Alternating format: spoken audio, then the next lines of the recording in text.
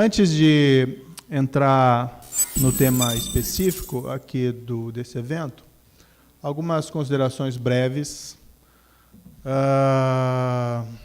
Não sei se estão a par, mas na quarta-feira vai haver esse interrogatório.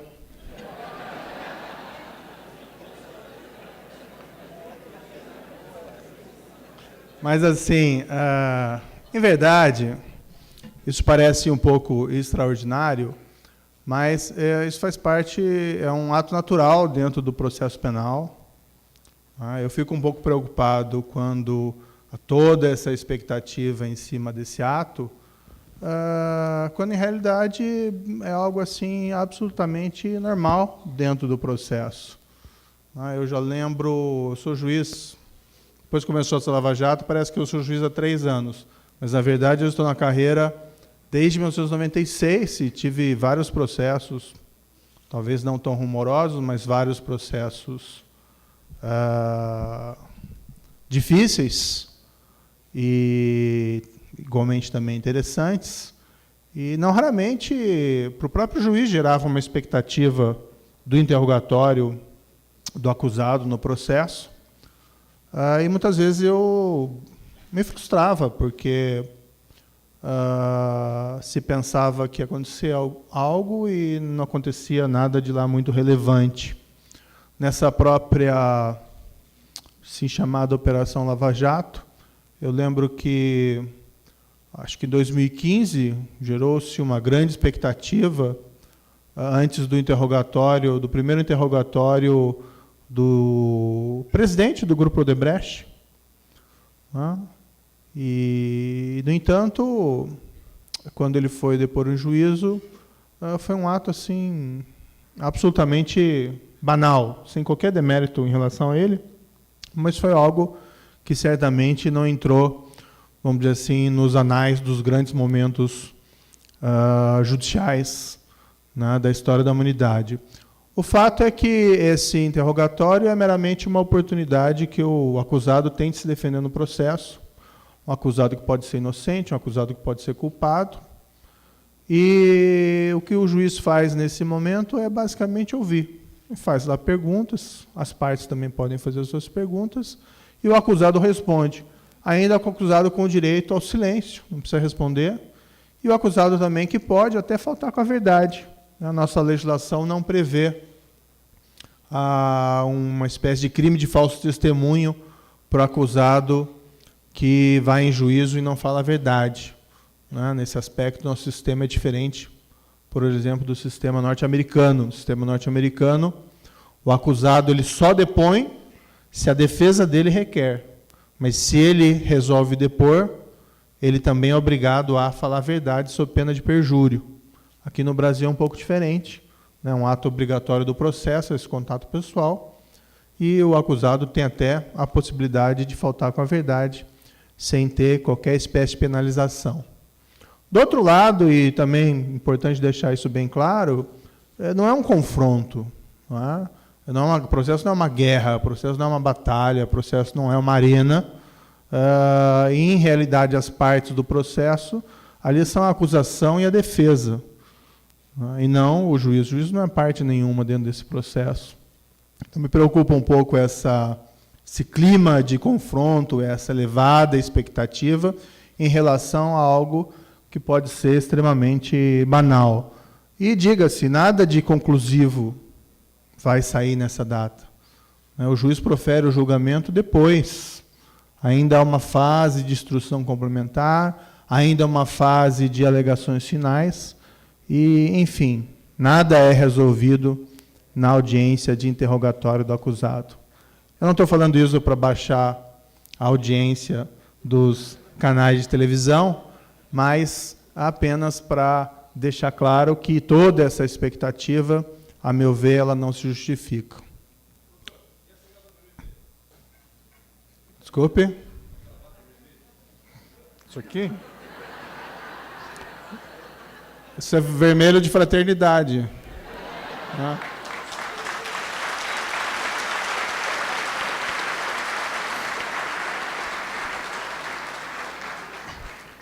Enfim,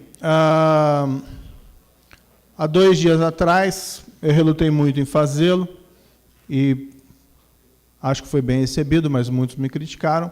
Também me manifestei publicamente, falei publicamente que eu simplesmente não via razão para as pessoas saírem à rua, e mencionei, fiz essa mensagem especialmente aquelas pessoas que têm, e talvez vários aqui presentes tenham feito isso no passado, sair das ruas para manifestar o seu apoio a essas investigações e esses processos contra a corrupção. Sem entrar em cores partidárias nenhumas, né, mas milhões de pessoas, milhões de brasileiros saíram nos anos anteriores às ruas com, dentre outras bandeiras, protestar contra a corrupção e dar apoio a essas investigações. E me preocupou especificamente que parte dessas pessoas, equivocadamente nessa data, achassem que era relevante sair às ruas, né, em alguma espécie de manifestação de apoio. E, de fato, não é. Né, de fato, não é relevante. Esse apoio é muito importante, mas, para essa data em particular, a preocupação principal é com o bem-estar de cada um. As pessoas não têm a necessidade de sair às ruas para enfrentar uma eventual situação de risco. Utilizando aquelas metáforas futebolísticas, né, é melhor que seja um jogo de uma torcida única, se pessoas querem sair à rua, manifestar apoio ao investigado naquela data. E tem que se evitar aí qualquer espécie de confronto. Eu digo isso com tranquilidade porque eu não sou algum dos times em campo, eu sou o juiz. Não, não tenho nada, não torço para nenhum dos times ali que está sendo jogado.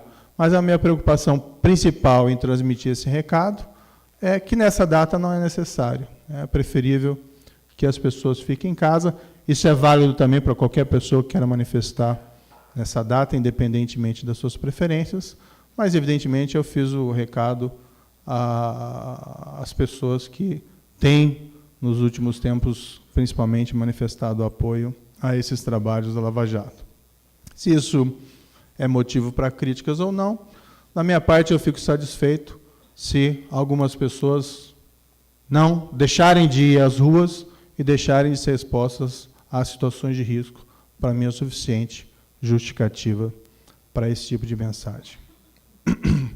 Pois bem, sobre o tema específico, não sou um especialista em observatórios sociais. Eu acabei concordando vindo aqui porque eu tenho uma grande admiração por esse trabalho, principalmente considerando que ele é feito na base da voluntariedade. As pessoas se voluntariam para realizar esse trabalho, e principalmente porque eu acredito, né, que a democracia pressupõe, acima de tudo, que os governantes sejam controlados pelos governados. E, para isso, se precisa de uma cidadania poderosa. E uma cidadania poderosa é uma cidadania que não só age periodicamente nas eleições, mas sabe que o seu papel ativo na cidadania não se encerra quando deposita o voto em uma urna. E essa cidadania mobilizada precisa, né, reclamar os seus direitos, reclamar melhores serviços, reclamar também a existência de um governo probo, e, para isso, ela precisa ser também uma cidadania bem informada. Hoje nós vivemos numa sociedade da informação, e informação é poder, e realmente é necessário, aí, para que essa cidadania tenha condições de ter um papel ativo no controle dos seus governos, que ela esteja bem informada. Daí a ideia de aceitar a participação nesse evento e poder falar alguma coisa sobre isso. O que eu pensei, em realidade, seria falar um pouquinho sobre a Operação Lava Jato, e, a partir disso, extrair algumas conclusões, comungar essas conclusões com os senhores e com as senhoras. Não é possível aqui fazer uma descrição exaustiva da Operação Lava Jato, o tempo não permitiria, mas eu mencionaria apenas algumas coisas que foram constatadas nesse caso, e essas constatações se fazem com base nos casos já julgados. Tá? Eu sou um juiz, e como juiz não se pode falar de casos pendentes, mas eu posso falar com certa liberdade de casos nos quais eu já proferi sentença. Tá?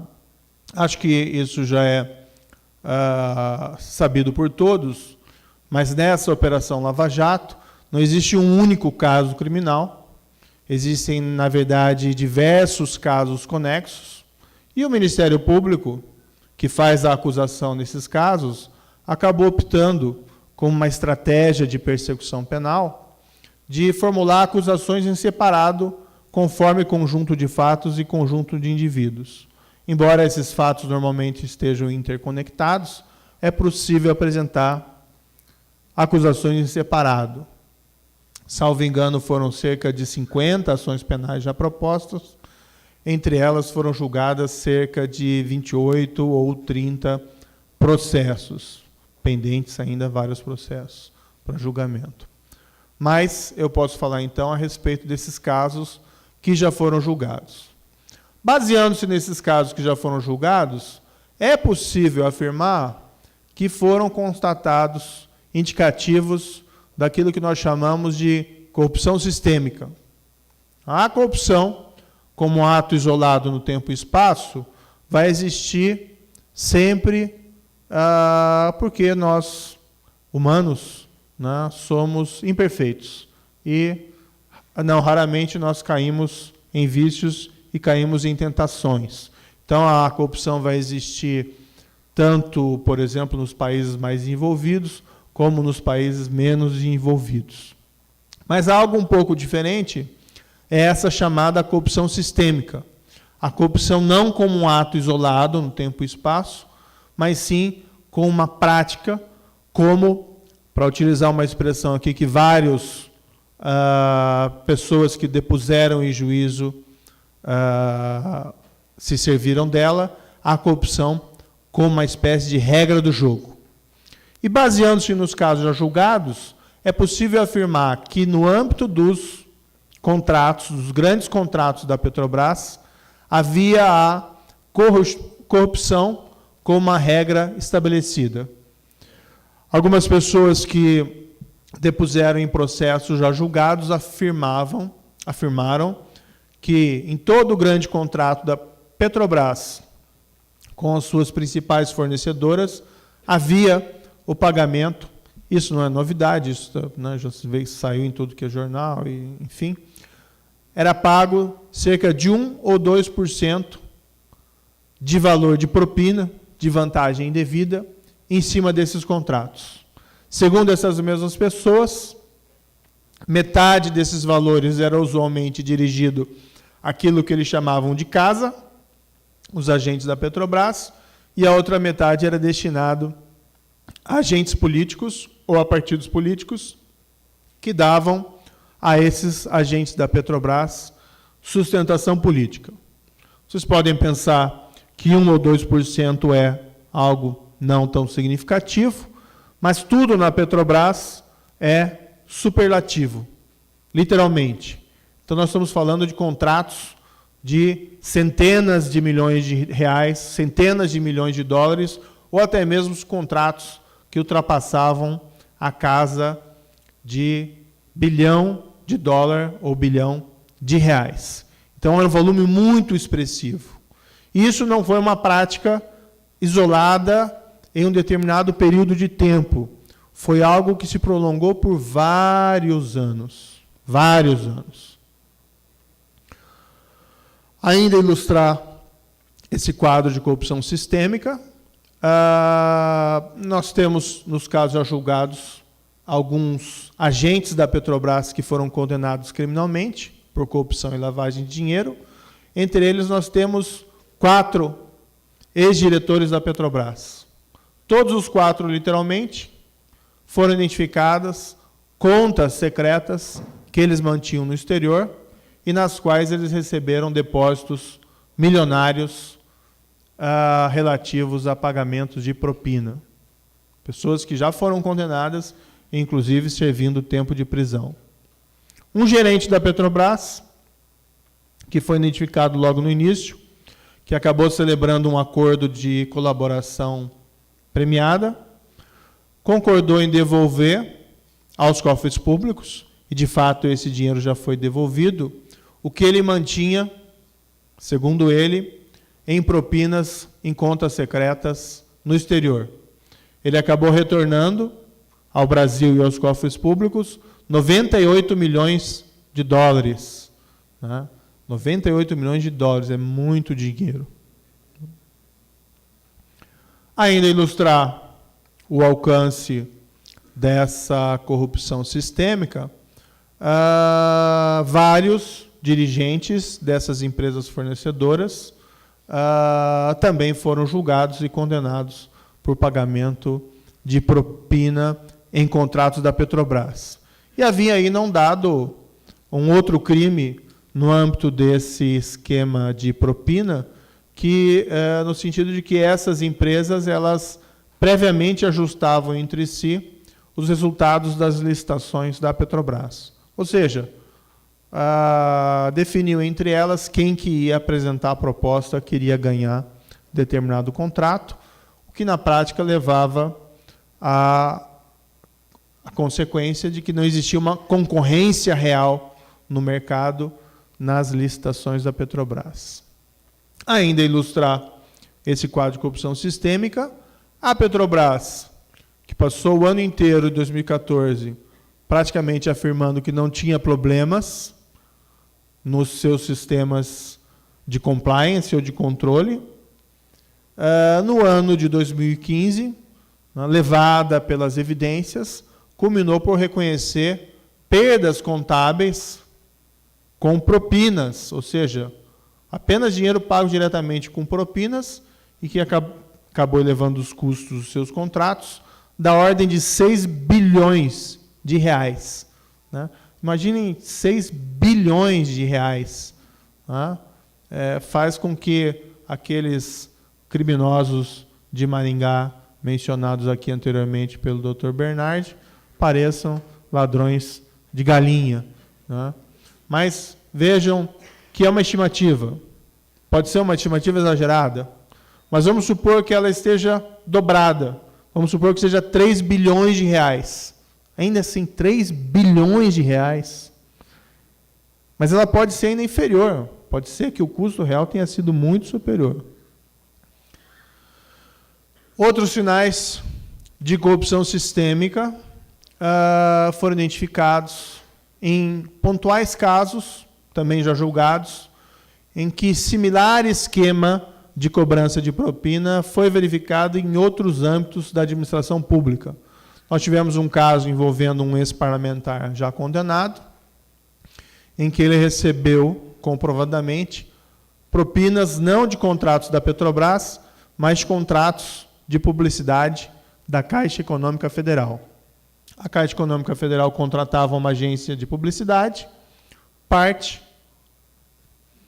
do que ela pagava, aquela agência era desviada a esse parlamentar federal, que também está condenado e cumprindo tempo de prisão. No âmbito ainda da Operação Lava Jato, constatado que em contratos de construção de Angra 3, nossa usina nuclear, também foram estabelecidas regras de pagamento de percentuais em cima dos contratos públicos, desta feita destinadas a agentes da nossa estatal eletronuclear. Esse caso acabou não ficando em Curitiba, foi remetido para o Rio de Janeiro, mas já foi proferida a sentença de primeira instância nesse caso. E nós tivemos um outro caso, só que esse é um caso ainda não julgado, mas também não se encontra ainda nas nossas mãos. Surgiram lá alguns indícios também de desvios no Ministério do Planejamento. Ainda perturbador, alguns casos, um em particular envolvendo também um ex-parlamentar federal, já condenado. Em 2014, o Congresso Nacional constitui uma CPI para investigar os crimes na Petrobras. Esse ex-parlamentar é nomeado vice-presidente da CPI, mas ao invés de ele realizar o trabalho dele, ele escolhe aproveitar a oportunidade para cobrar propinas de dirigentes dessas empreiteiras que estavam sob investigação. Agora, 3 casos que foram especialmente perturbadores, né? 2 ex-parlamentares e um antigo tesoureiro ou auxiliar na tesouraria de um partido político. Esses 3 indivíduos foram condenados naquele chamado caso do Mensalão, ação penal 470, pelo plenário do Supremo Tribunal Federal. Vejam que não é pouca coisa ser condenado pelo plenário do Supremo Tribunal Federal. O plenário do Supremo Tribunal Federal condenou esses indivíduos em 2012 por corrupção e lavagem de dinheiro. A depender, não para os 3, mas, enfim. Um deles acabou sendo salvo pela prescrição, mas os outros 2 foram condenados e foram presos. E o que se descobriu, no âmbito da Operação Lava Jato, e também são casos já julgados, é que esses indivíduos também receberam vantagem indevida, propina, no esquema criminoso que vitimou a Petrobras. E, para nosso espanto, e, de certa maneira, indignação, receberam esses valores mesmo durante o julgamento em 2012 pelo plenário do Supremo Tribunal Federal. Então, vamos recordar, o plenário do Supremo Tribunal Federal em 2012, realizando aquele julgamento com toda a publicidade, com toda a preocupação de evitar um julgamento injusto, sem base em provas, decidindo sobre a culpa daqueles indivíduos e, concomitantemente, eles percebendo propinas em outros contratos públicos. Uma corrupção que é sistêmica, uma corrupção que ela é serial, ou seja, ela se reproduz em série, uma corrupção que é muito profunda.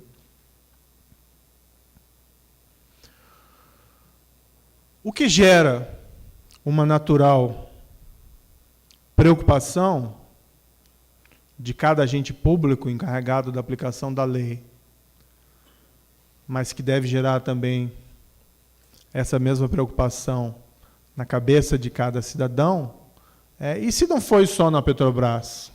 E se não foi só na eletronuclear? E se não foi só na Caixa Econômica? E se isso é algo que se encontra disseminado não só no governo federal, mas no governo estadual, nos governos municipais? Não se enganem contra as minhas afirmações, eu não estou a dizer aqui que todos são corruptos, isso não é verdadeiro. Então, nós não podemos generalizar esse tipo de afirmação. Mas há uma preocupação natural de que esse esquema de corrupção, interligado ou não com outros, mas que esquemas de corrupção similares reproduzam-se nas diversas esferas da federação. O custo para o país é algo extraordinário. Vamos falar só no caso da Petrobras. 6 bilhões de reais em propinas. O que se pode fazer com 6 bilhões de reais? Mas não é só isso. Será que uma administração pública contaminada pela propina é capaz de tomar decisões eficientes do ponto de vista da gestão pública? Não. Eventualmente pode ser. Mas é evidente que um agente público que direciona suas atividades não pensando no bem-estar público ou na saúde da instituição que ele pertence, mas pensando sim em esquemas de propina, em gerar valores para receber propinas, pode ter as suas decisões comprometidas do ponto de vista da eficiência econômica para a instituição a qual ele pertence. Eventualmente, algumas decisões de investimento tomadas no âmbito da Petrobras no período em que ela foi afetada por esse esquema de propinas, talvez, em parte, tenham sido motivadas por essa intenção de produzir recursos a todo custo.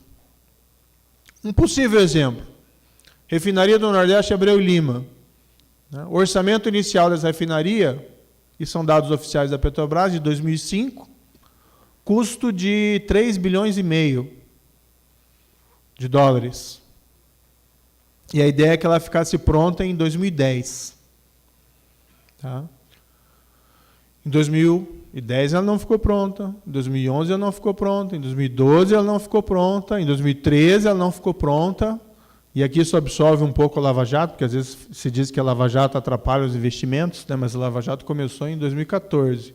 Mas, enfim, em final de 2014, o primeiro trem de refino da refinaria, a previsão são 2 trens de refino, mas em 2014 o primeiro trem de refino ficou pronto. O segundo ainda não tem previsão de ficar pronto. O custo dela até final de 2014 era 18,5 bilhões de dólares. 3 para 18.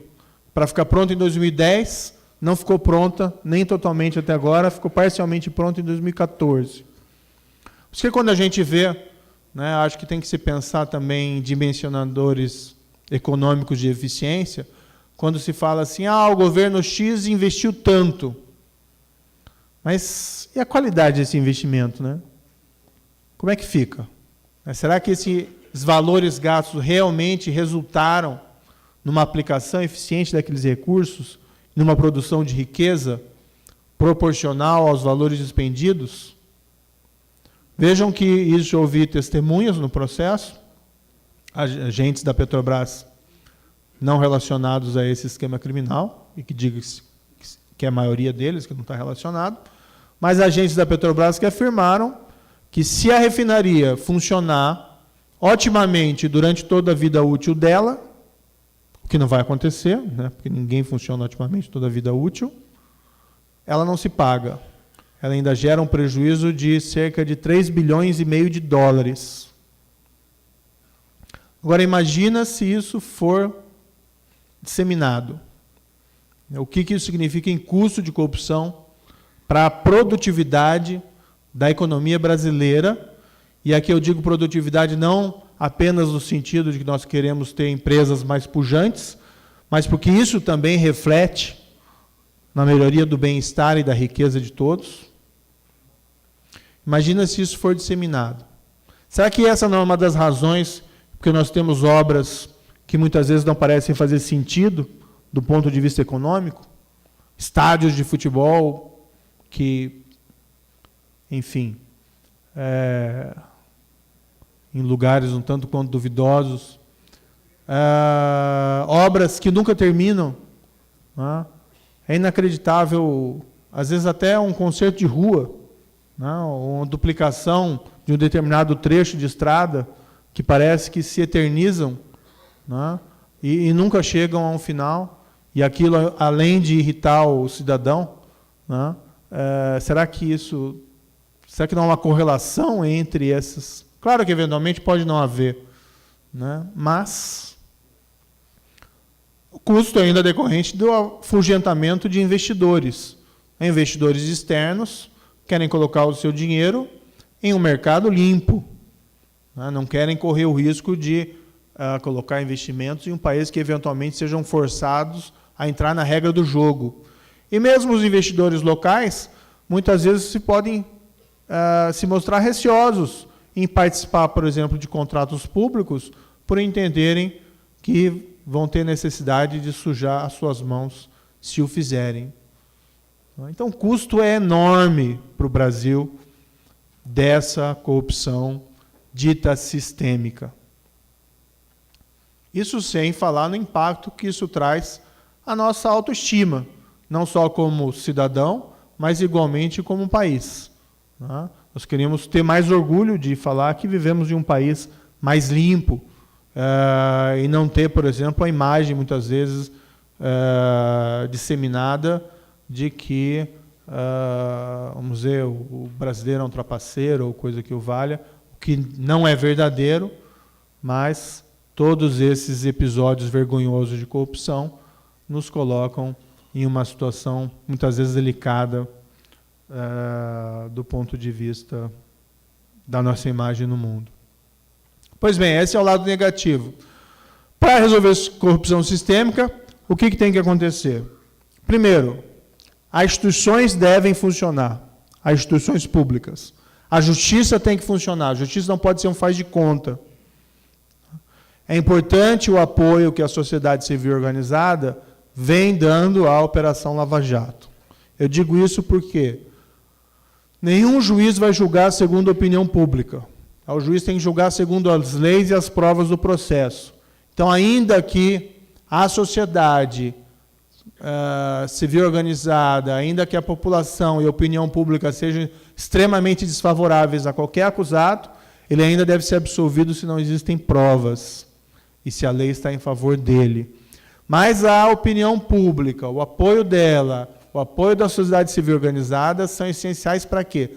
Para evitar a obstrução da justiça em casos envolvendo figuras poderosas, política ou economicamente. Essas pessoas não raramente tentam, de alguma maneira, obstruir o bom andamento dos trabalhos judiciais.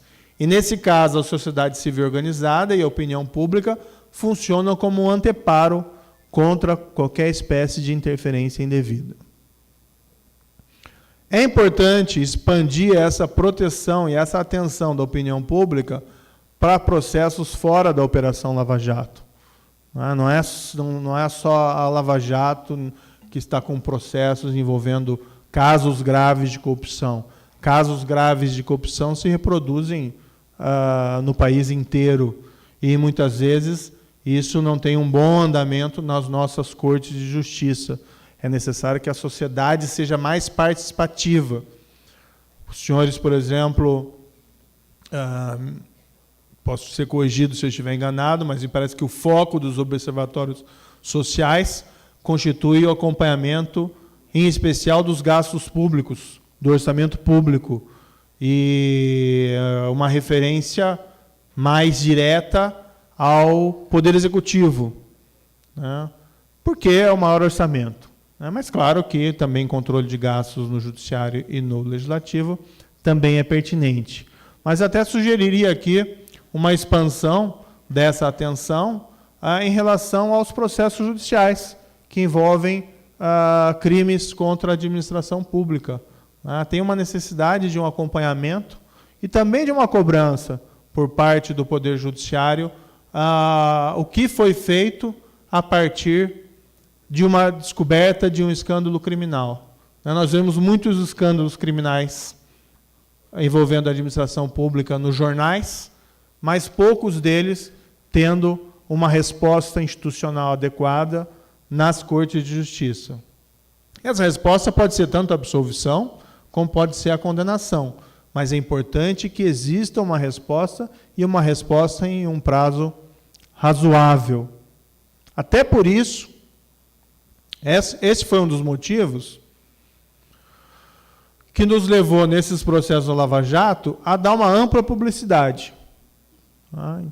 Muitas vezes se critica lá na Operação Lava Jato esses vazamentos, mas muitas vezes se confunde vazamento com publicidade do processo. A Constituição brasileira é clara. O processo judicial tem que ser aberto, os julgamentos devem ser públicos. E assim como o governo, executivo, legislativo têm deveres de prestação de contas à população a respeito do que fazem, também tem o Poder Judiciário. E a única forma da sociedade civil organizada, a opinião pública e a população em geral acompanhar é que seja dada publicidade a esses processos. Até em eventuais processos judiciais se pode cogitar em segredo. numa fase de investigação, na qual o segredo é necessário para a boa apuração dos fatos, ou em determinados crimes, cuja publicidade pode levar a uma revitimização, por exemplo, em casos de crimes sexuais, não vai se expor uma vítima de um crime de estupro, por exemplo, à publicidade. Agora, em crimes contra a administração pública, processos por crimes contra a administração pública, superada a fase de investigação, a publicidade é imperativa, é obrigatória. E, não obstante, por vezes isso não ocorre. Por vezes, há processos dessa natureza correndo em segredo no âmbito dos escaninhos judiciais. Pois bem, a justiça tem que funcionar. Mas não é só a justiça. O problema da corrupção sistêmica não se resolve com um judiciário, somente com um judiciário mais eficiente. É uma condição necessária, mas não é uma condição suficiente. É preciso que os outros poderes, executivo e legislativo, façam a sua parte. Se você tem um quadro de corrupção sistêmica, você precisa ter políticas públicas dirigidas a resolver esse problema.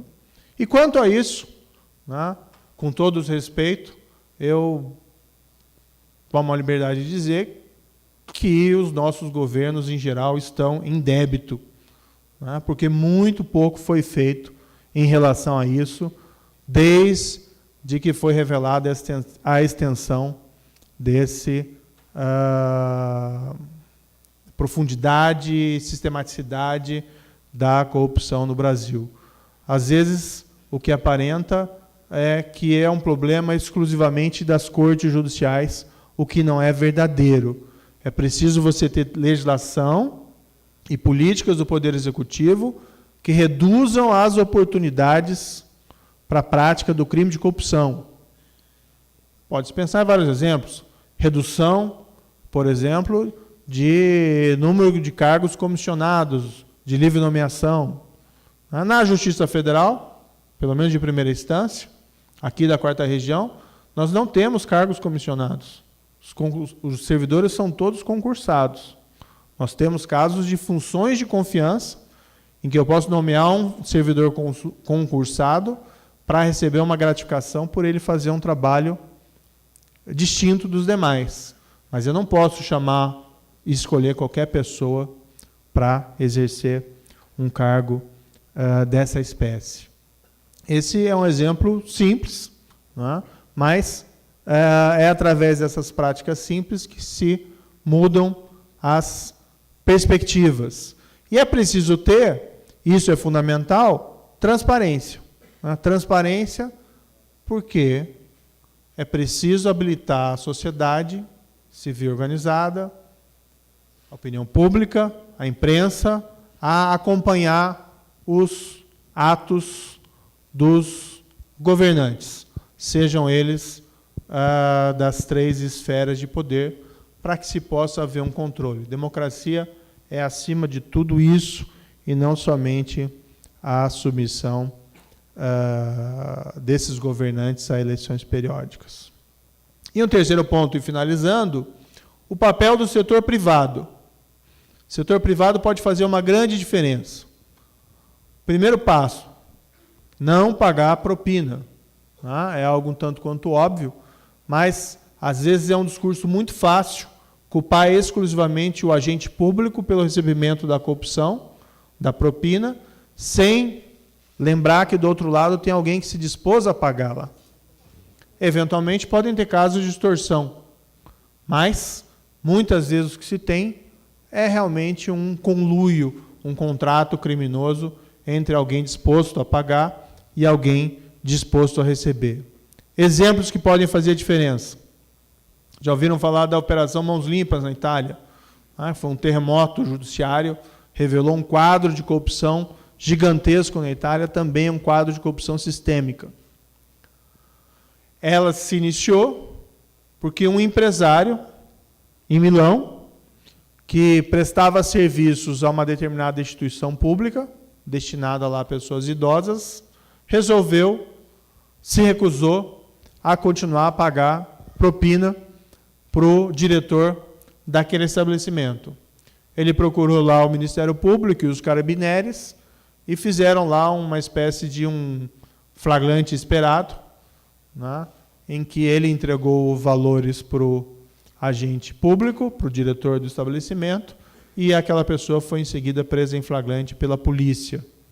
Esse indivíduo preso pela polícia ficou preso, mais ou menos 1 mês, 2 meses depois, resolveu colaborar com as autoridades. E o que ele revelou gerou um efeito bola de neve nas investigações da assim chamada Operação Manipulite na Itália. Só em Milão, mais de 4.000 investigados, só em Milão, mais de 800 mandados de prisão, números até mais expressivos do que a nossa aqui chamada Operação Lava Jato. Também um exemplo interessante, pesquisem lá, movimentos na Sicília, também um exemplo italiano, chamado Addio Piso, A-D-D-I-O, Piso. O piso é o dinheiro extorquido pela máfia dos comerciantes da Sicília. É uma propina, mas não é bem propina, é uma extorsão, não corrupção nesse caso. E os comerciantes da Sicília são usualmente submetidos a essas práticas de extorsão por parte da organização mafiosa lá chamada Cosa Nostra. Pois bem, elas, várias delas, tendo por base, às vezes, até casos heróicos de empresários que se recusaram a pagar a propina, o piso, e de certa maneira, até responderam com a vida. Tem um caso famoso do empresário chamado Libero Grassi, no começo da década de 90. Se organizaram em associações que têm como mote público o não pagamento da propina, o não pagamento do piso. Ou seja, como aquelas empresas que têm um selo de qualidade, mas esse selo de qualidade é o recusa em se pagar dinheiro de extorsão à máfia. E isso é importante, porque se as empresas agem sozinhas em recusar pagamento não só de extorsão, mas de solicitações de propinas em esquemas de corrupção, eventualmente podem ser vítimas ou de alguma política mal intencionada ou eventualmente ser excluídas do mercado. E quando as empresas agem sozinhas, isso pode fazer uma grande diferença.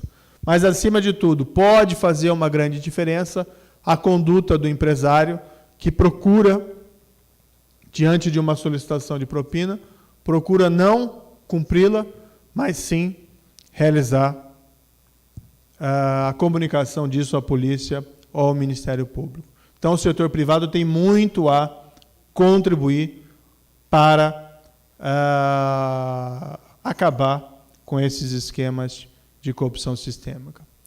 Para finalizar, eu diria o seguinte: nós estamos hoje numa encruzilhada.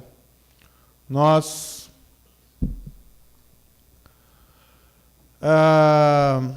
estamos, talvez, saindo de um quadro de corrupção sistêmica, saindo de um quadro de impunidade e responsabilidade para um cenário de menor corrupção e de efetiva responsabilização.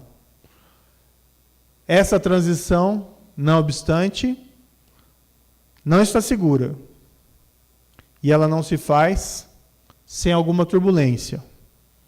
Nós temos o próprio exemplo da Itália, em que havia uma grande expectativa, com as mãos limpas, que a Itália se tornasse um país muito mais honesto, mas há uma grande dúvida se isso aconteceu, de fato, porque lá houve uma reação muito forte por parte do poder político, que acabou minorando muito as consequências do trabalho da Operação Mãos Limpas. De certa maneira, o Brasil vive numa encruzilhada dessa espécie. E aí nós temos 2 caminhos a seguir. Voltar atrás, como se nada tivesse acontecido, ou seguir em frente. E para isso precisa realmente do apoio da cidadania mobilizada. Não digo especificamente em relação aos trabalhos da Lava Jato, mas no sentido de nós termos instituições mais fortes e mais infensas a contaminação por esquemas de corrupção. Em parte, cabe aos observatórios sociais realizar esse trabalho e apoiar a criação de instituições, de aquilo que nós chamamos de rule of law, né, de um governo de leis cada vez mais forte e, portanto, também uma democracia mais intensa e de maior qualidade no Brasil. Muito obrigado pela atenção de todos os senhores e senhoras. A organização que eu venho representar hoje, a Transparência Internacional, é hoje talvez a principal entidade no mundo dedicada à luta contra a corrupção. Ela está presente em mais de 110 países, 113 países, mas por quase 10 anos a gente não teve uma representação permanente no Brasil. E agora a Transparência Internacional está voltando ao país, e um dos focos de atuação é a luta contra a corrupção na base, no município. E, por isso, essa aproximação com o Observatório Social é tão importante. Eu tomo alguns minutos breves, não quero aqui me alongar demasiado, mas acho importante mencionar quais são as razões, talvez, mais destacadas dessa luta ser tão estratégica, que é a luta da corrupção na base, no município, né? O primeiro ponto, talvez, é a extrema diferença na qualidade das instituições, na precariedade dos órgãos de controle da corrupção na base, nos níveis subnacionais. Hoje, a luta contra a corrupção que se destaca, Lava Jato, tudo que se vê nos noticiários, está sempre ligado a algum órgão da esfera federal. É o Ministério Público Federal, é a Justiça Federal, é a Polícia Federal, é a Receita Federal, é a CGU, CAD, etc. Mas, na base, ainda o que existe é uma grande defasagem da capacidade institucional do combate à corrupção. Vocês conhecem muito bem essa realidade. O segundo ponto é o risco da luta contra a corrupção na base. O risco para o ativista anticorrupção quando ele decide enfrentar a corrupção nos pequenos municípios do Brasil, nos municípios afastados dos grandes centros do Sudeste, no Norte e Nordeste do país, e até mesmo aqui no Sul. A realidade é de um ambiente hostil, de represália, muitas vezes represálias não violentas, mas ainda assim perseguições, mas muitas vezes também perseguição violenta, com tortura, com morte, e é uma realidade de quem luta contra a corrupção na base, no município. O terceiro ponto é que a corrupção no município, ela afeta a vida das pessoas da maneira mais direta. Ela afeta na provisão de serviços públicos, no acesso à saúde, no acesso a um hospital, um posto de saúde. E isso é, de fato, o que a população sente no cotidiano, nos 5.500 municípios do nosso país. Outro fator importante é que a corrupção no nível municipal, ela muitas vezes é menos complexa, às vezes até banal, um esquema de corrupção na base, comparado aos grandes esquemas de corrupção nacional e internacional. E um bom método de combate à corrupção na base, ele pode ser replicado centenas, às vezes milhares de vezes, que é o exemplo do Observatório Social do Brasil. Desenvolveu uma metodologia eficiente de combate à corrupção e replicou em diversos, dezenas, e agora crescendo para centenas de municípios, tendo um efeito sistêmico. O juiz Moro mencionou o problema, a realidade da nossa corrupção sistêmica, a resposta, igualmente, tem que ser sistêmica. E o observatório, ele atua dessa maneira sistêmica.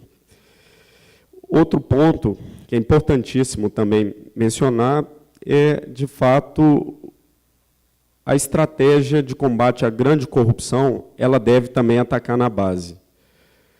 Para atacar a corrupção, a grande corrupção de Brasília, ela tem que ser atacada na base.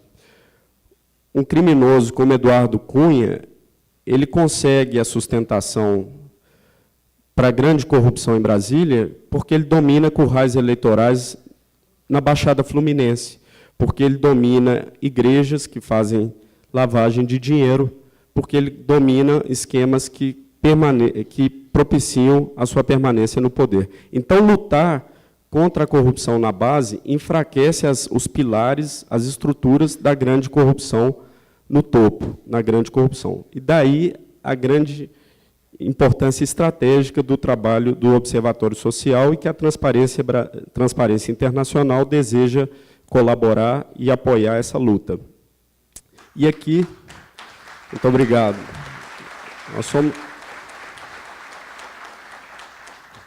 somos companheiros de todas as lutas, na grande, mas também, principalmente, na base. A realidade é diariamente receber pedidos de ajuda, pedidos de socorro daqueles que lutam, esse exército de heróis que ficam abaixo do radar, lutando contra a corrupção cotidianamente. E minha pergunta agora, sim, já vai ao juiz Moro, com respeito a um elemento importante que ainda falta no nosso país, que é uma legislação de proteção ao denunciante, a proteção ao whistleblower, ou, como está sendo chamado no Brasil, o reportante de boa-fé.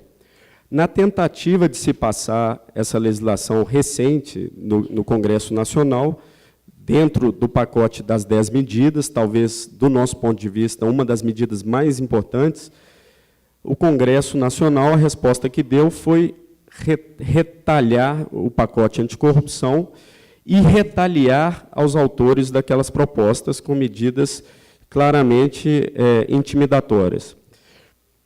Um ponto importante foi a medida da proteção ao denunciante, a proteção ao whistleblower. Um comentário do Renan Calheiros é que aquilo era uma bolsa dedo duro, descaracterizando completamente a figura da proteção ao denunciante e até o mecanismo de retribuição financeira que previa como uma forma de indenizar aquele que toma coragem para denunciar um mal feito, um ato de corrupção. O juiz Moro, se não me equivoco, aqui já diretamente mencionou um caso importante da Manipolite na Itália, que começa com a ação de um denunciante, de um whistleblower.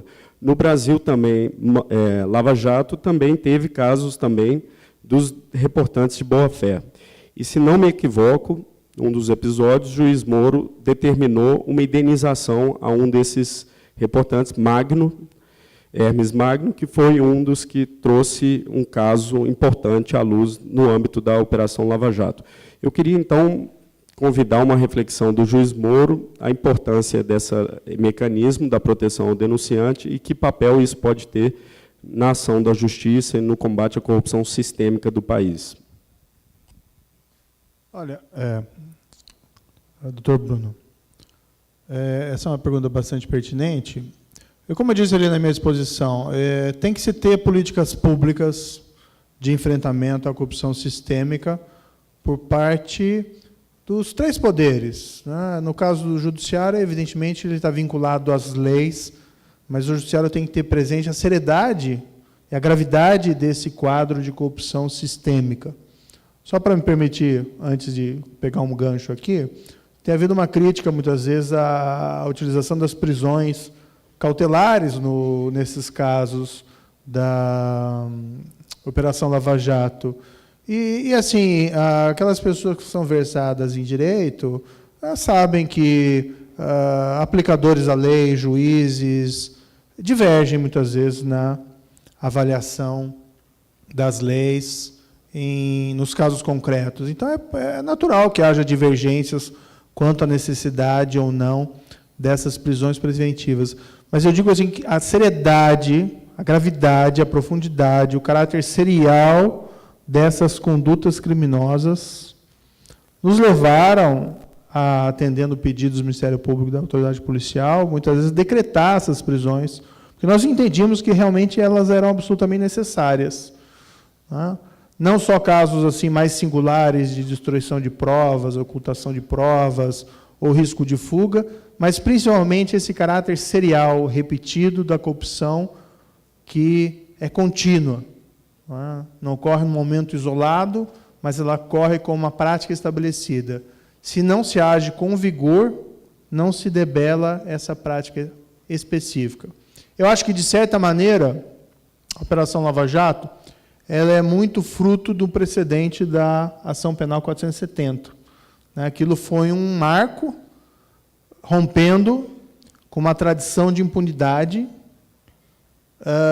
Havia exceções no passado, mas rompendo de uma forma muito significativa com uma tradição de impunidade de crimes praticados por poderosos.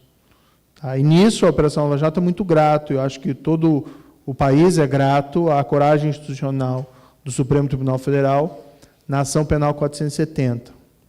Mas quando eu vejo indivíduos que receberam vantagem indevida nesse esquema julgado na ação penal 470 e depois receberam propinas nesse esquema criminoso que vitimou a Petrobras, eu indago se as coisas não poderiam ter sido muito diferentes se, por exemplo, em 2005 e 2006, não tivessem sido decretadas algumas prisões preventivas nesse chamado caso Mensalão.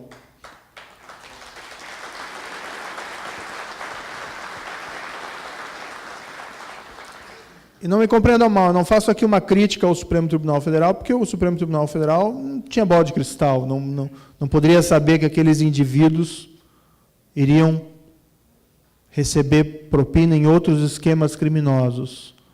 Mas talvez o caráter serial daquele comportamento já verificado naquela época fosse um indicativo disso.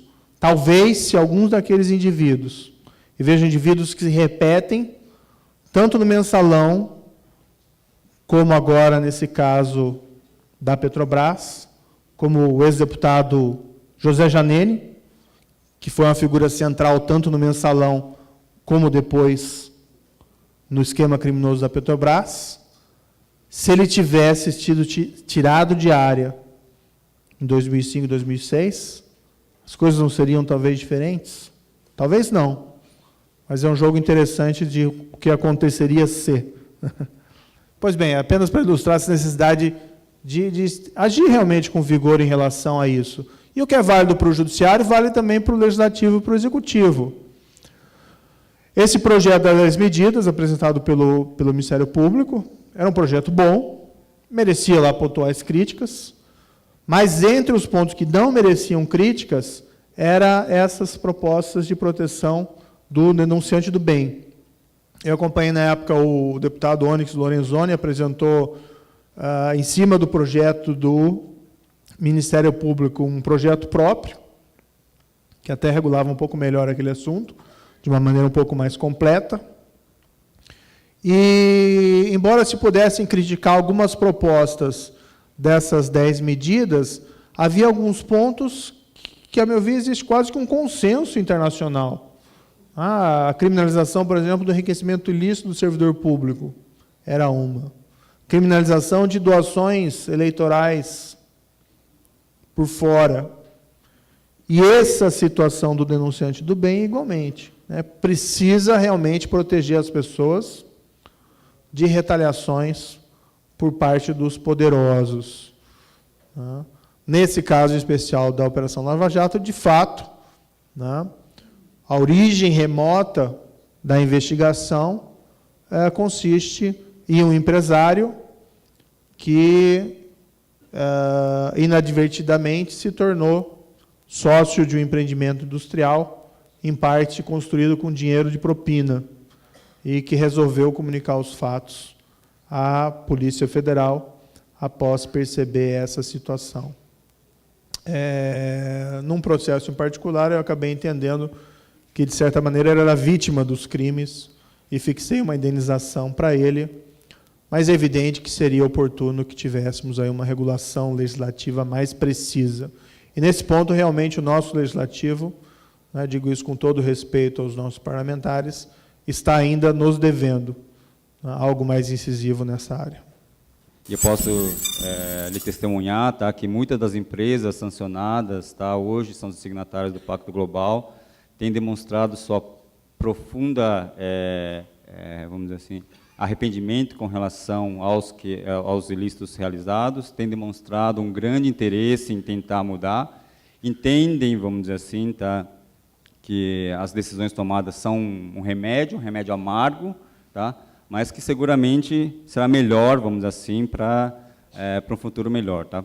Por óbvio, tá, nem todas as empresas vão sobreviver, nós entendemos isso, tá, mas aquelas que sobreviverem seguramente serão fortalecidas, né, dessa fase. Tá?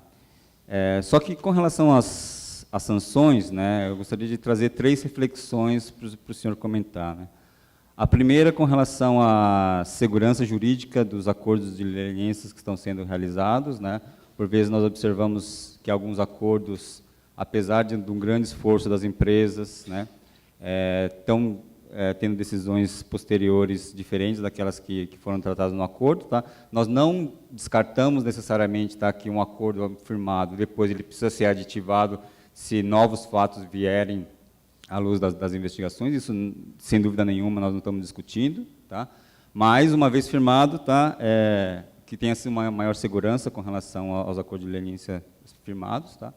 O segundo ponto, que foi, inclusive, trazido aqui à tarde pelo Dr. Dallagnol, tá? Que assim, nós, do setor privado, nós não temos problema nenhum em pedir desculpa, vir a público, falar que nós nos arrependemos, né? Mas a classe política talvez, né, tenha um comportamento um pouco diferente, mas, por vezes, nós sentimos um pouco de falta de sanções para os partidos políticos, né? Porque também são organizações, né?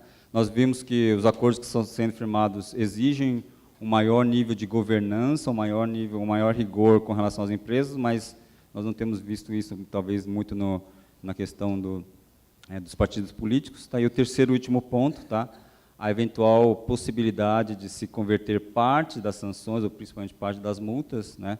Não só em fortalecimento dos mecanismos de detecção e de repressão, tá? Mas também em iniciativas para prevenção, né? Como se o observatório, se a Transparência Internacional, tá, pudesse se usufruir de algum tipo de fundo, tá, porque a nossa preocupação é justamente que das multas, tá, elas vão realimentar um sistema que vai continuar, vamos dizer assim, num ciclo vicioso. Tá? Então, seriam essas 3 reflexões que eu agradeceria se o senhor pudesse comentar. Perfeito, muito boas questões. Primeiro ponto, eu concordo com as ponderações do doutor. Acho que existe uma certa insegurança jurídica em relação a esses acordos de leniência, um pouco porque é resultado de uma lei relativamente nova, e ela foi colocada à prova de uma maneira muito intensa, né? Logo de imediato. O problema principal me parece uma certa disputa institucional em relação ao protagonismo desses acordos. Todas as instituições têm o seu papel, mas no que se refere ao campo criminal, e normalmente nesses casos envolvendo crime de corrupção, o mais significativo é a parte criminal, né? Eu penso que o protagonismo deve ser realmente do Ministério Público. Tá? Até porque o Ministério Público tem uma posição de maior independência e uma posição de ser reputado uma espécie de fiscal da lei. Tá? Uma proeminência, então, em relação a outros órgãos, eventualmente, para os quais a lei outorga legitimidade para essas iniciativas. Então, os órgãos da administração pública, por exemplo. Mas, então, o Ministério Público, celebrando um acordo de leniência, ao meu ver, salvo demonstração de vícios, isso deveria ser respeitado pelas outras entidades, porque senão realmente coloca-se a empresa numa situação, às vezes, complicada, de nunca ver uma luz no fim do túnel em relação a esses acordos de leniência. E não se trata aqui de querer tratar com excessiva leniência essas empresas, né?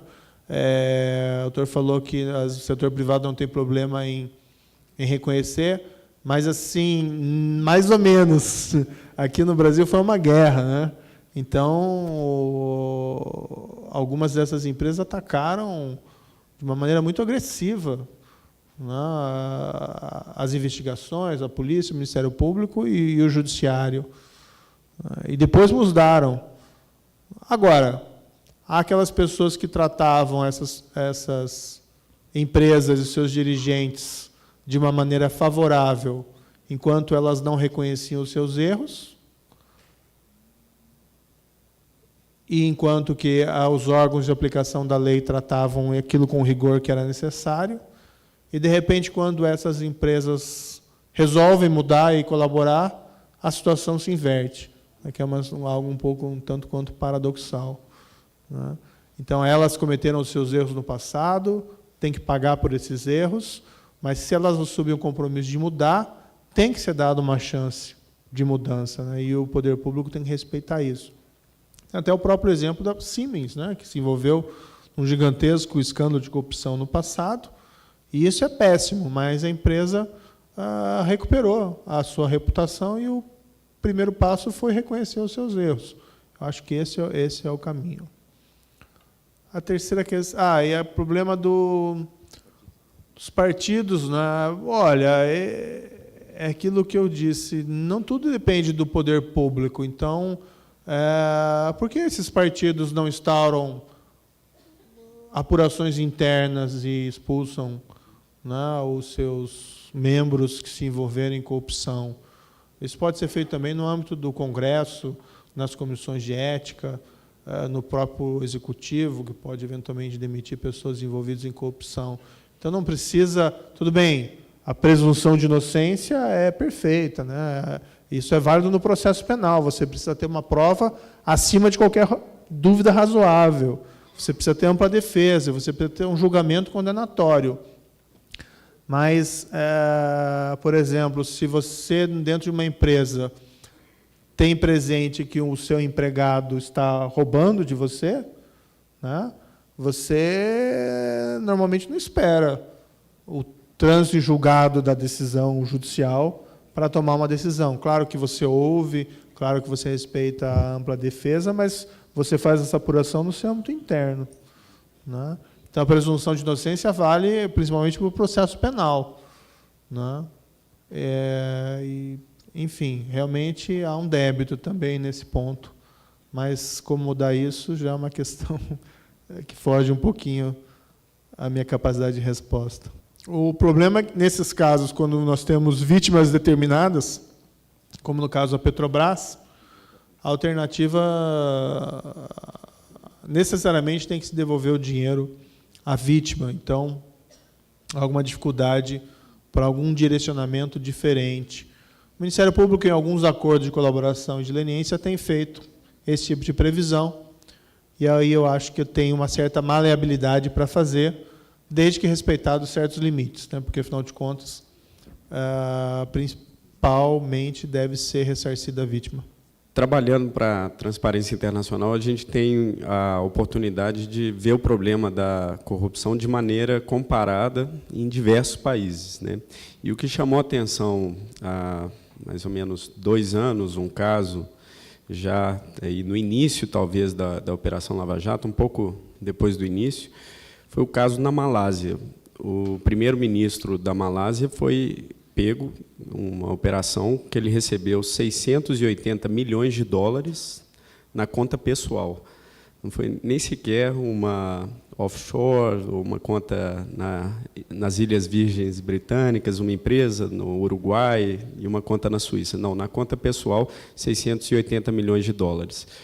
Ato contínuo, a primeira coisa que o primeiro-ministro fez foi destituir o procurador-geral que o acusou. Imediatamente ele destituiu o procurador-geral.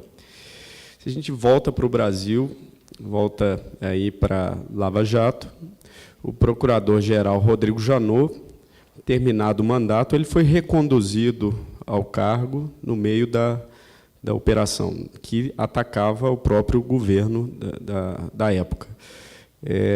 Isso não surge do vácuo, né? Muitas vezes, até os procuradores da Lava Jato falam muito que foi possível a Lava Jato só por uma conjunção de astros, né? Uma feliz coincidência de atores importantes que estavam no lugar certo, na hora certa. E falam que é um ponto fora da curva da realidade da impunidade no Brasil. E, de fato, as estatísticas mostram isso, né? São 3,7% de casos, aí, de amostras de casos já detectados como corrupção no âmbito administrativo que chegam a uma condenação no âmbito penal. Então, de fato, a realidade é a impunidade. Mas de onde vem a Lava Jato? De onde ela surge? Se o senhor puder refletir, talvez, alguns elementos que o senhor acha que permitiram o surgimento da Lava Jato. Sei que o senhor vem de uma vara especializada, a criação das varas especializadas, por exemplo, entre outros aspectos. O que o senhor veria como algumas inovações importantes que mudaram a realidade no Brasil e quais seriam, talvez, as principais ainda necessárias para dar um salto e para dar continuidade nesse processo? Essa é uma pergunta muito difícil, né? Saber definir essas causas. Acho que talvez não tenhamos um distanciamento suficiente para ter uma boa avaliação. E, normalmente, essas situações não têm uma única causa, são várias causas. Mas uma delas, até foi destacado na sua própria pergunta, a questão da independência, né, das instituições judiciárias. E aqui eu colocaria, num leque mais amplo, o Ministério Público e a própria atuação da Polícia Federal. A Polícia Federal não tem as mesmas garantias de independência que juízes ou procuradores, mas ela tem se destacado há vários anos em uma tradição de autonomia e de vinculação mais à lei do que à política governamental do momento. Então, uma condição necessária realmente foi essa maior independência e essa autonomia, que, de certa maneira, é fruto de um amadurecimento da democracia brasileira desde 88. Também, como eu disse anteriormente, o próprio precedente do Supremo Tribunal Federal na Ação Penal 470 é muito significativo, porque ele influencia positivamente, ilustra, olha, é possível, sim, ter processo, né, mais eficaz em relação a esse tipo de criminalidade. Eu diria a conjuntura econômica, que foi se deteriorando a partir de 2013, 2014, no sentido de que isso acaba elevando as percepções do custo real da propina, né? Um ambiente econômico muito favorável, muitas vezes isso é uma questão deixada de lado, porque todo mundo está ganhando. Isso é muito comum no mercado de petróleo, né? Se diz que o mercado de petróleo é muito corrupto, exatamente porque é muito dinheiro, né? Você ter prejuízo explorando uma mina de ouro é muito difícil, né? E o petróleo é uma mina de ouro. E talvez o decréscimo do próprio mercado de petróleo, revelando esses custos, tenha sido também um fator a ser considerado. E, por outro lado, o próprio amadurecimento da opinião pública brasileira, da sociedade civil, um ambiente de liberdade de imprensa, que eu diria que é um ativo muito importante do Brasil. Nós temos hoje uma imprensa robusta, livre, em um grau muito elevado de interferência dos poderes governamentais. Enfim, é muito difícil, né? E, por outro lado, existe sempre o fator da sorte, da chance, do acaso, que é difícil de poder estabelecer. Mas eu diria que, acima de tudo, é o amadurecimento da democracia brasileira. E acho que esse é o lado positivo. Eu tenho dado algumas palestras no exterior ocasionalmente, e o que me chama a atenção nessas exposições, eu não chego lá e me dizem, o Brasil, um bando de corruptos, né? Na verdade, o tipo de comentário que eu ouço é exatamente, parabéns, o Brasil está fazendo algo a respeito da corrupção sistêmica. E se nós conseguirmos manter esse, vamos dizer, ativo moral, não é? Esse passo institucional, avançando a qualidade da nossa democracia, eu acho que isso pode ser um motivo de orgulho para nós no futuro. Espero, né, que possamos olhar para trás e ver isso dessa forma.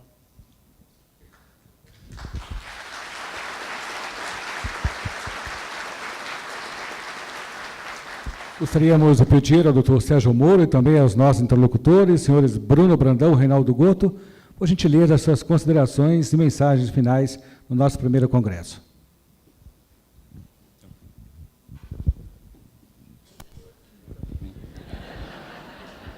Então eu começo, tá? Acho que só como reflexões finais, tá? Eu gostaria de mencionar, né, que na última semana o B20, que é o grupo das empresas que representam o G20, ou seja, as 20 maiores economias do mundo, né, pela primeira vez adotou, formou um grupo de trabalho relacionado à questão, né, de fortalecimento de governança e integridade, né, e determinou 3 grandes pilares para as 20 maiores potências do mundo, né. Os 3 grandes pilares, como o Dr. Moro bem mencionou aqui, tá, maior transparência, né, e responsabilidade nas compras públicas, onde vocês especificamente têm um papel preponderante, né. O segundo pilar, né, que é o pilar especificamente, né, de reconhecimento dos sistemas de integridade, que também está sendo bastante aplicado aqui no Brasil, né.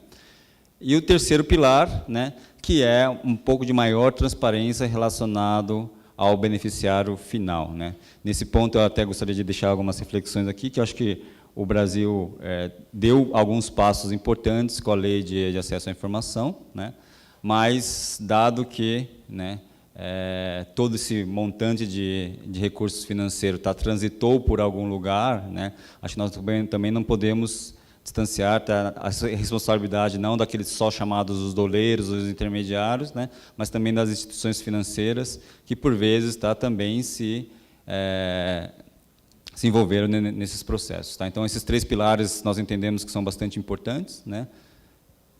Fortalecimento das compras públicas, né? Reconhecimento de sistemas de integridade e maior transparência relacionada ao beneficiário final. Tá? De novo, uma grande honra participar, tá? E agradecer novamente ao Observatório pelo convite. Muito obrigado.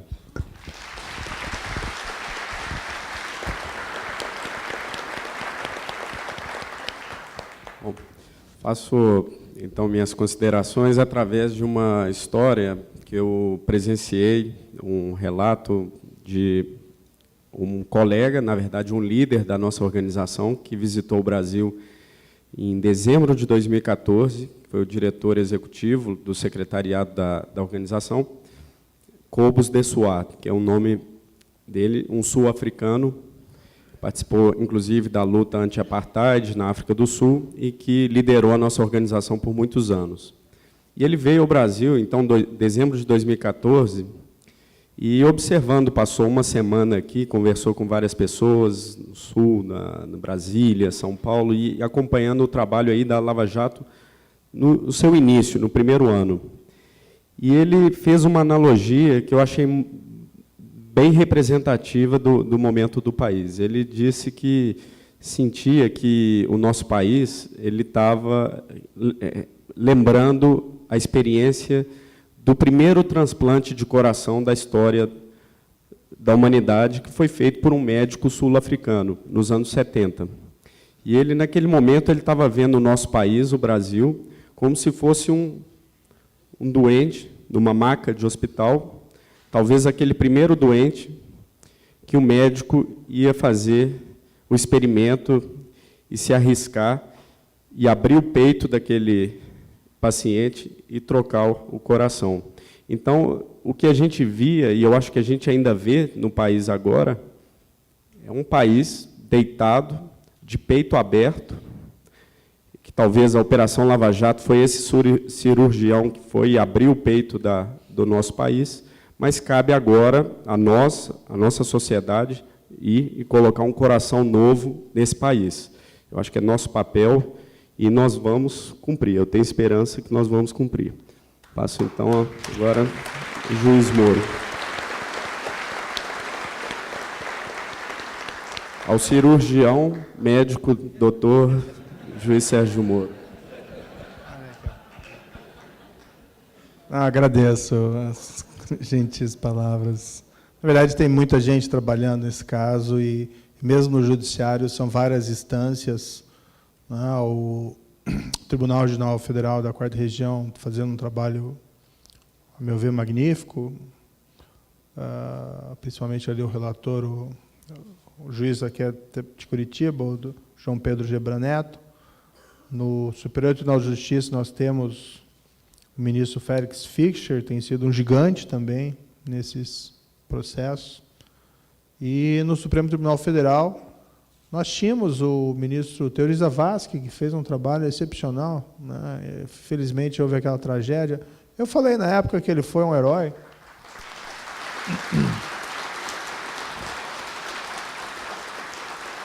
É uma junta médica. É uma junta médica. Então. Eu falei na época que ele foi um herói, e talvez alguém possa pensar que isso é um tanto quanto exagerado, mas eu digo isso porque ele até reformou algumas decisões minhas, né? A gente nunca gosta muito disso. Mas ele tomou decisões muito corajosas do ponto de vista institucional, entre elas o afastamento do ex-presidente da Câmara, aquela situação anômala de se ter um criminoso, o presidente da Câmara dos Deputados, e com tanto tempo, com provas assim tão robustas, né? E, no entanto, ele liderou o Supremo Tribunal Federal em tomar aquela decisão corajosa. Então, talvez esse herói, alguns achem exagerados, mas era muito mais fácil não fazer nada, né? E olhar, virar o rosto e invocar alguma escusa de separação de poderes ou coisa que o valha, e permitir que aquela anomalia, numa posição de poder, né, presidente da Câmara, poder que uma pessoa dessa tem no país. Infelizmente isso aconteceu, mas foi substituído por um grande jurista, que é o ministro Edson Fachin, que tem feito um trabalho destacado no Supremo Tribunal Federal. Nós fomos professores da mesma casa, na Universidade Federal do Paraná. Eu atualmente estou licenciado, não sei bem a situação dele, mas eu não tinha muita proximidade com ele, não conhecia. Mas o ministro Fachin, além de ser um conceituado jurista, tem se destacado no Supremo Tribunal Federal com independência e coragem institucional, né? Então, realmente existe, aproveitando a metáfora, uma junta médica corajosa, mas eu sou o médico mirim dessa junta, sou o mais novo membro. Eu faço aqui, transmito essas homenagens a esses magistrados que vêm fazendo um trabalho excepcional. Eu já falei demais, eu só queria agradecer aqui mais uma vez e dizer que eu vim especialmente, né, atendendo o convite que foi feito pela Rony Nara, também pelo meu colega juiz Antônio Bochenek, mas principalmente para prestigiar esse trabalho voluntário e importante dos observatórios sociais. Muito obrigado pela atenção de todos.